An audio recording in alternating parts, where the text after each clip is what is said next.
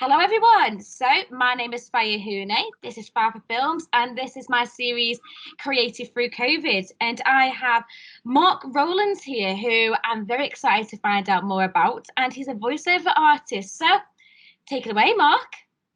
Hello, Fire. Yes, my name's Mark Rowland. I'm a voiceover artist and I'm an actor. And I also have a hotel for small dogs in Cheshire. Oh, this is what I wanted to talk about because when I googled and did some research, I'd heard it's called a Toy Dog Hotel. Yeah, that's right. I had four dogs. Sadly, I've only got one left now. They all sort of reached their old age and passed away, but I've got one left, and I could never find anywhere to put them when I went on holiday. So I set up a hotel for small dogs. And another reason I did that was because I was an actor, and actors, we don't always have enough money, so it was a sideline, side hustle, and it actually took over. The Toy Dog Hotel became my main income, which is how I kind of evolved into voiceover because I can't really always go out to act because often I'm here looking after dogs, and so I set up a hotel, dog hotel, which means I can work from home doing voiceover work. Gosh, that honestly, it was on my notes before we started. I was like, "Is this right?" And I was like, "No, no, no, I'm gonna ask." Just to lead on to that quite nicely, when I did research you, I'd heard of something called the Toy Dog Tales. Yeah, well, that's another spin-off. So, as a voiceover artist, one of the things I wanted to try and do was get some practice, and I had this idea a few years ago, which was tales around the dogs, the little characters that come to Toy children about it. They got quite excited and interested. So I thought, well, what if I write some stories, tales from Toy Dog Hotel? And I was narrating a wildlife video about butterflies for a video producer. And we got talking about this idea. And he said, well, let's collaborate. You write them, voice them, think up all the storylines, and I'll animate them. So I've created this little series of animated cartoons called Tales from Toy Dog Hotel. They're educational, they're fun, they're engaging, and they're for small children. They're based around the characters that come and stay here. I write them and voice them, and my friend Carl at Video Solutions does the animation. God, that was another thing that just got me really intrigued and everything. Where can we find these? Well, they're on YouTube, so if you go onto YouTube and search for Tales from Toy Dog Hotel, you will find about 17 cartoons that we've created. Several of them are about the little characters where the characters introduce themselves, and then we've got others which are actually little stories. So, for example, sharing is caring, keep trying, about persistence and perseverance. And I've just done another one. I've just written and voiced another one called Willow, Tink and the Moon, which is about a couple of sausage dogs that come and stay called Willow and Tink. And it's about them feeling homesick. And so they go out at night for the bedtime and they start to howl and they wake the moon up and the moon starts to talk to them and tell them that everything's going to be okay. Ah, and do you get these stories from? And this sounds like a weird dog. I mean, weird question. But do you get it from the personalities of the dogs? So when you look after them, have you got the stories from that, or do you just think, oh, this will be a good story, so I'm going to add it to this? It's a mixture of the two. Sometimes I come up with the storyline and that informs what character I need. And sometimes the character informs the story. So we have a little dog that comes called Tara, Tara Tumble, and she's very caring and motherly. So she takes on that role in the cartoons. And we have another one called Monty, who's very straightforward and he's a bit of a sergeant major type, and so he's that kind of character in the cartoons. And there's another one called Barney, who's actually based around my nephew because I've got a nephew and a niece, and my niece is really intellectual and intelligent and good at maths and reading, whereas my nephew, he's more of a lad and he's great at doing physical stuff. So his character's all about being strong and loyal and playful and being able to do things practically.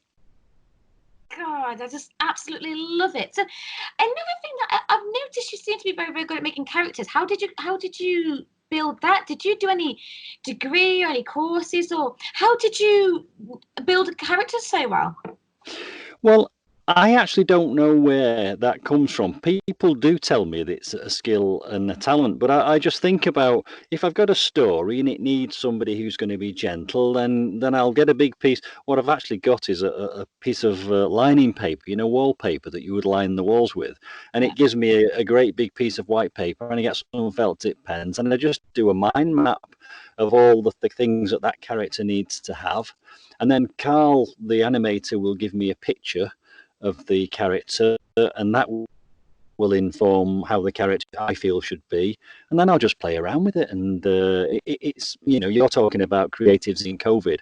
One thing I love to do, because I'm actually quite a logical person, is exercise the creative. And so I just and it seems to just come out and develop and evolve, and that's where it comes from. No, I've not done a degree or any particular studies in that. In fact, my degree was accountancy. So no, the answer to the question is no. I just do it. Is it just like was it a hobby that you realised you liked it so much that you wanted to make something more out of it? Well, not really. My first career, which I did from when I left Polytechnic, or it's called Manchester Met University now, but when I left Polytechnic, I got a degree in accountancy and I went into financial services, and I did financial services for 20 years. And after 20 years of doing that, it wasn't making me very happy. So I decided to have a career break and took some time out, and it wasn't with the intention of becoming an actor. But I knew I wanted to do something different, but I didn't know what I wanted to do. So I actually signed up as an extra, and then a week later, an agent rang me up and said, "Look, you've got a reasonably good look. Why don't you try being an actor? I'm opening my books." So he took me on as an actor, and I had done quite a lot of amateur acting at the Garrick in Altrincham, which is where I'd enjoyed doing amateur work. And my agent Paul sent me for an audition for a Hovis advert, a bread advert. Nice. And am I allowed to mention brand names? I don't know. But anyway, so I went for this audition. I ended up getting the job, and Paul said, "Look, don't expect it to always be like this. It's not going to be like this. You won't get every job you go for." And I just fell into acting really. And then I got into corporate acting, which is there's a company called Centre Stage, a bit further south than us, and they employ people like me to go and do corporate acting, which is a mixture of role playing, coaching, and facilitation and training, and that's it's quite a nice mixture of things I enjoy doing. And I've done that. I mean, Centre Stage have kept me very busy for the last 4 years. Really, they've been very good to me. What sort of stuff have you been doing then? Like, so what sort of acting, voiceovers, like just tell us a little bit about your journey. Well, the Hovis advert was about 4 or 5, 6 years ago now, and that was the first big job I did, and it was a 4 day shoot, and it was running around fields. It was called the Farmers Race, that one, and it involved us. It was about a race between a posh farmer, which was me, because I was all dressed up with floppy hair in tweeds, and working class farmer in his overalls, and we were running through the fields. And one of us won the race. It wasn't me. I fell in the mud in the end. But anyway, so that was one of the jobs I did. I also did a job for a BBC film working for Victoria Wood, which is actually a highlight for me because I've always watched and enjoyed Victoria Wood, the comedian, and she auditioned me and gave me a small part in a film. Ended up working with Michael Ball and Melda Staunton, which was excellent. Really thoroughly enjoyed that. The corporate role play is going into businesses and acting like a poor manager, and then facilitating advice from the delegates to tell me how to be a better manager. And as I say, that's a nice mix of training and facilitation and acting. Voiceover, I'm really at the start of my voiceover journey.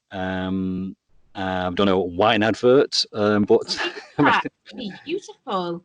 Is that a Spanish wine? Because I had to get it translated when I looked on YouTube. oh, It oh, said, you saw the wine advert? Yeah, I mean, a lot of people say, "Well, that's not you. That doesn't sound like you." Well, I was directed to put on a slightly more sophisticated voice and slightly more deep. And there's this thing called bass. Yeah, sorry, are you talking? Am I interrupting you, Fire? No, just carry on. No, carry on. Oh, right, I was going to say they wanted it to be a bit deep and bassy, and there's this thing in voiceover called the bass proximity effect. So you get quite close to the microphone and you talk in these very sultry tones, and that's what I had to do for the wine advert.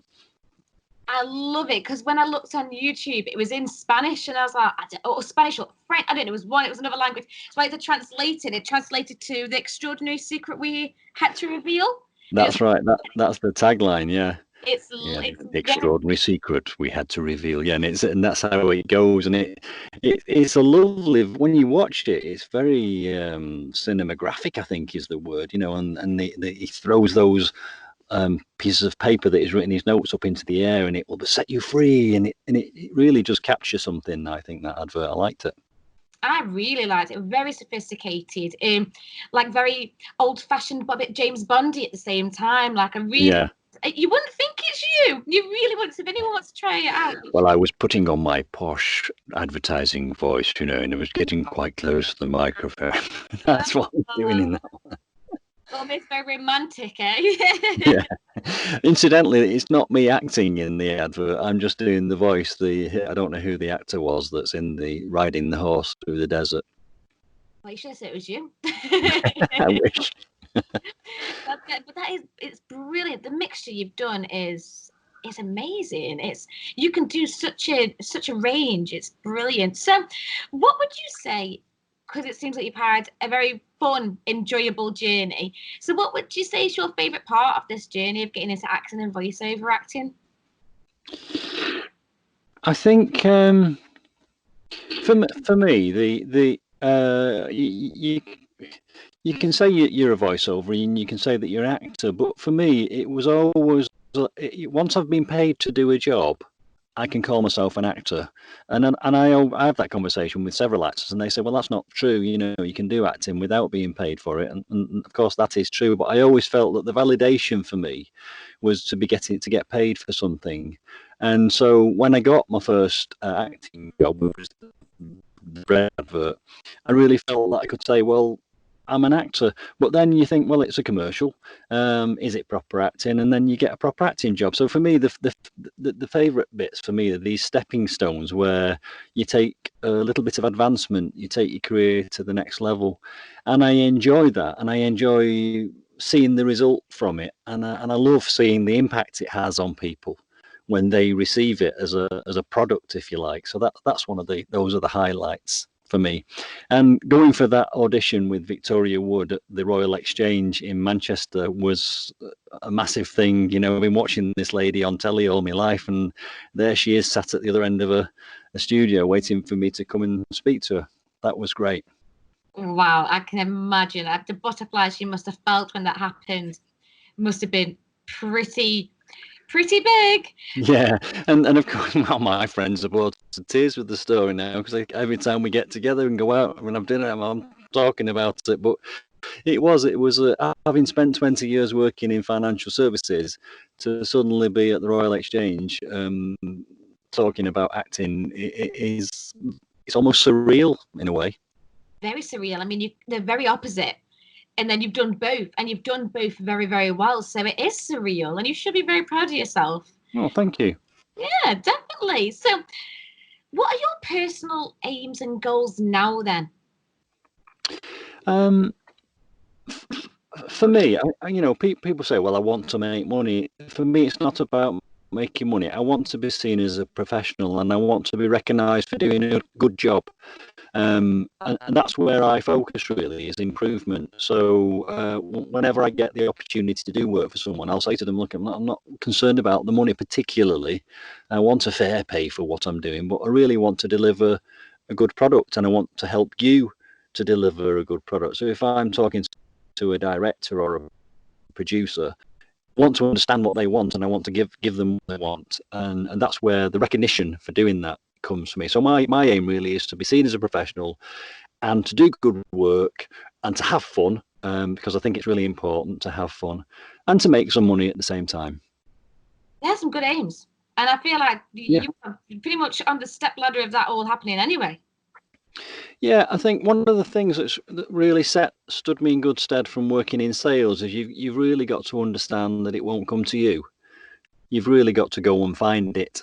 And it's very easy to be distracted or to focus on the thing that really isn't that important in getting the result.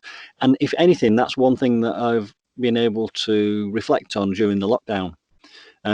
Because it's very easy when you're busy to think, oh, I'm busy, I'm going to do well. But you stop and you get forced to stop and you get forced to think and reflect. And you think, actually, I've been very busy doing the wrong things.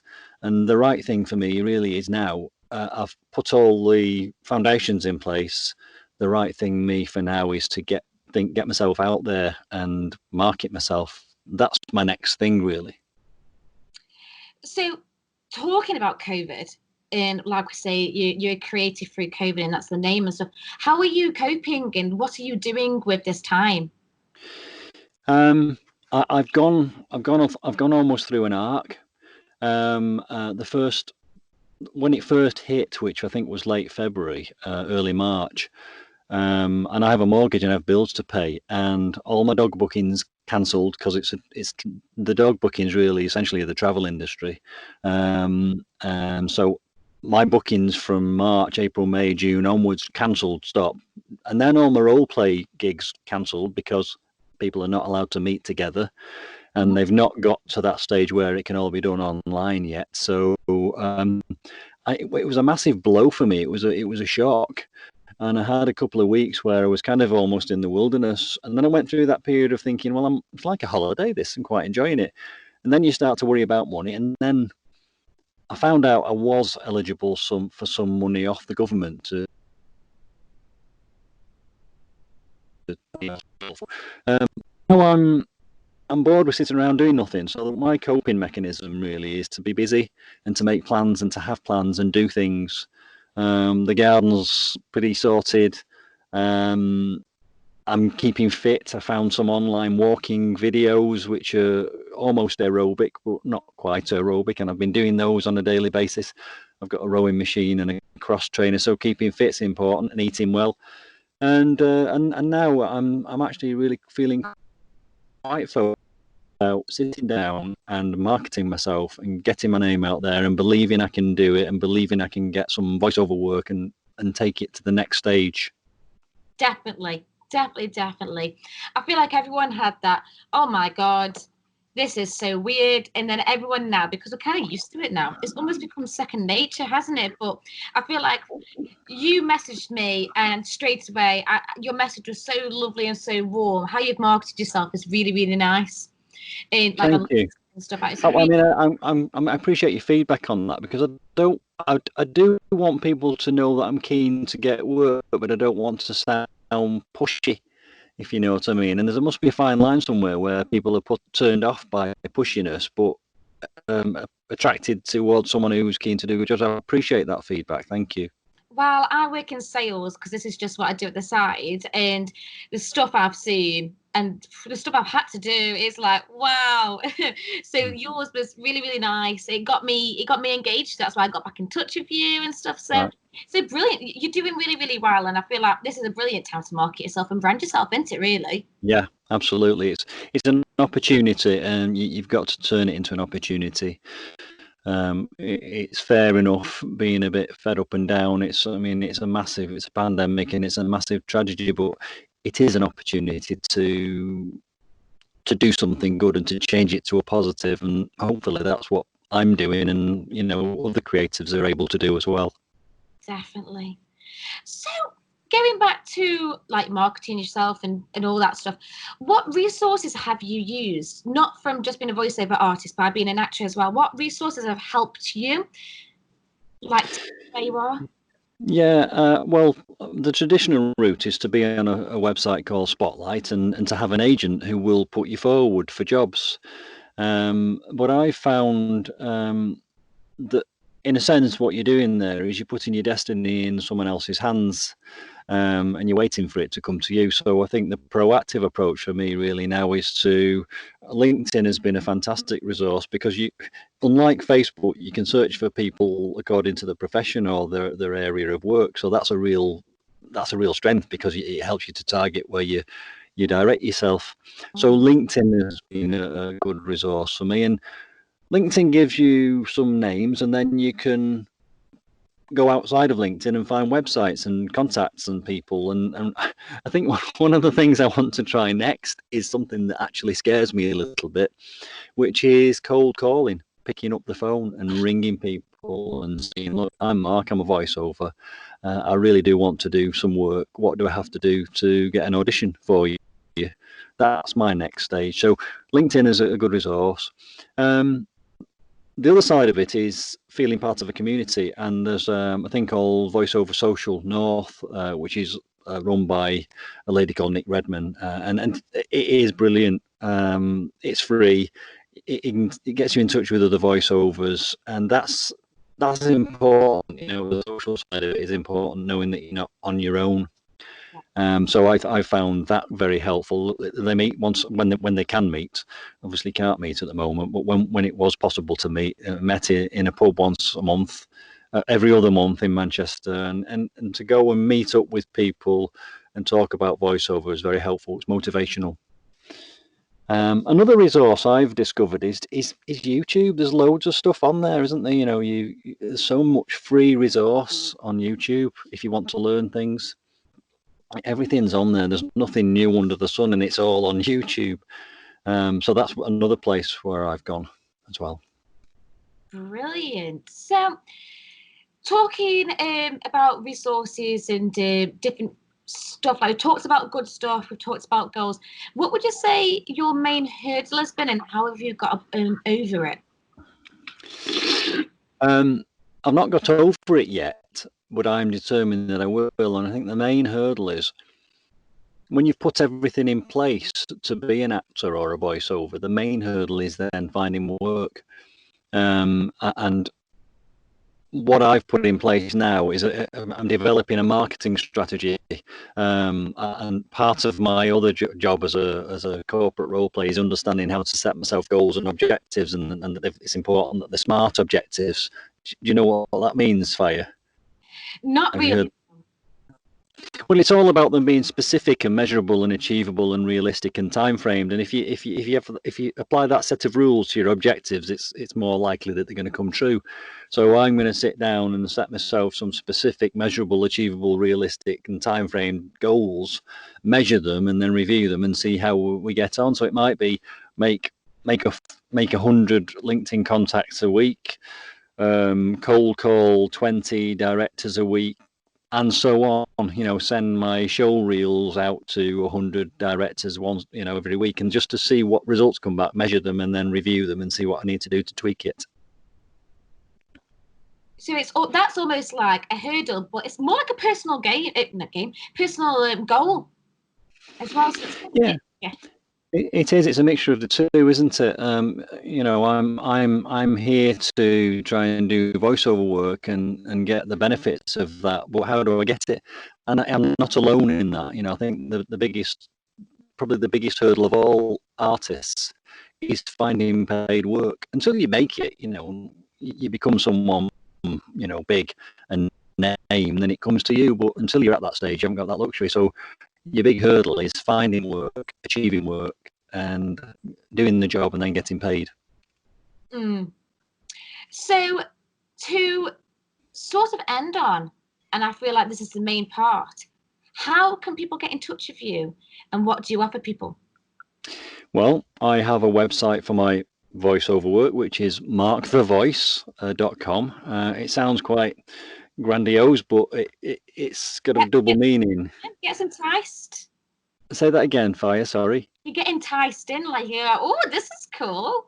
Yeah, well, I don't like to call myself The Voice, but it was a domain name that was available, and it's got voice in it, which is voiceover. I'm Mark, and it's Mark the Voice, markthevoice.com. So people can come to that website, or they can find my number on there and ring me. As far as the Toy Dog Tales are concerned, they're on YouTube, and I'm doing my best to promote them. as we speak. And yeah, email me, markthevoice.com, or phone me. Brilliant. And maybe just a quick one of what advice would you give to someone of like a young starter that would like to get into voiceover art, being a voiceover artist or an actor? What like little bit of advice would you give to them? It probably sounds like a very generic answer, this, but I believe it's absolutely true. Never quit. If it's what you want to do, you've really got to keep doing it until you get there, and don't ever quit. And you will come to hurdles, and you'll find things that get in the way, and there'll be temptations to think this is too difficult, I'll go and do another job. But I don't think that's going to get you anywhere. There's a lot of people that wanted to do it that don't do it because they gave up. I think that's really, really good advice, because I feel like you don't get answer. I feel like, because creative industry, you don't get stuff straight away. You have to work and work and work and work, and then one day it will happen. Do you know what I mean? So I feel like it sounds cliche, but the reason why it's cliche is because people say it a lot, and it means it works. So, but that is. Thank you so much for your time, and it's been amazing to know that your whole journey, the Toy Dog Hotel, your acting, your voiceover acting, and it's a really good mixture, and it's very exciting. I'm excited for you. Oh, thank you. Well, keep in touch, and keep you updated on anything that happens. And I've enjoyed this. Thanks for including me in it. It's been fun. Thank you. They're brilliant. I can't wait for people to see it. So, but thank you so much for your time, Mark. Stay safe through COVID. I will do. Aerobic walk. Don't know what that is. It sounds fun. And and I hope that your business goes well when this all goes over. But thank you very much. Thank you, Fyer. Thanks very much indeed. So see you later. Bye. Bye.